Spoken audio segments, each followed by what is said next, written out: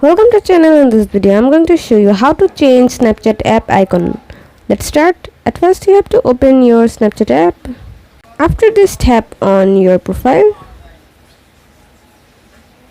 and then you guys can find out this option. Tap on here.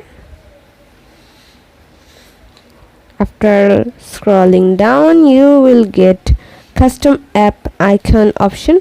If you tap on here, then you will get custom app icon. You can select them if you have a premium Snapchat app. For this you have to subscribe to Snapchat app, then you will get a premium Snapchat app. Then you can use custom app icons for your Snapchat app. You can use a lot of icons according to your choice.